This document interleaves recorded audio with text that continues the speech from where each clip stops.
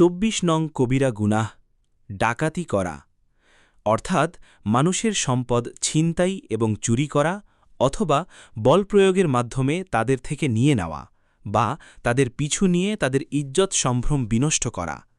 আল্লাহ তাআলা বলেন, ইন্নামা জাযাউল্লাযীনা ইউহারিবুনাল্লাহা ওয়া রাসূলাহু ওয়া ইয়াসআউনা ফিল আরদি ফাসাদান আন ইউকাত্তালু আও ইউসাল্লাবু আও তুকাত্তাআ আইদিহিম ওয়া আরজুলুহুম মিন খিলাফিন আও ইউনফাউ মিনাল আরদ যালিকা লাহুম খিজয়ুন ফিদ দুনিয়া ওয়া লাহুম ফিল আখিরাতি আযাবুন আযীম।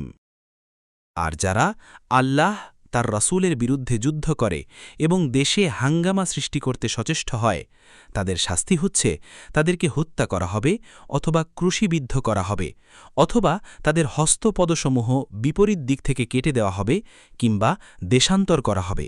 এটা হল তাদের পার্থিব লাঞ্ছনা, আর পরকালের তাদের জন্য রয়েছে মহাশাস্তি। সূরা আল মাঈদা আয়াত ৩৩। বই কবিরা গুনাহ।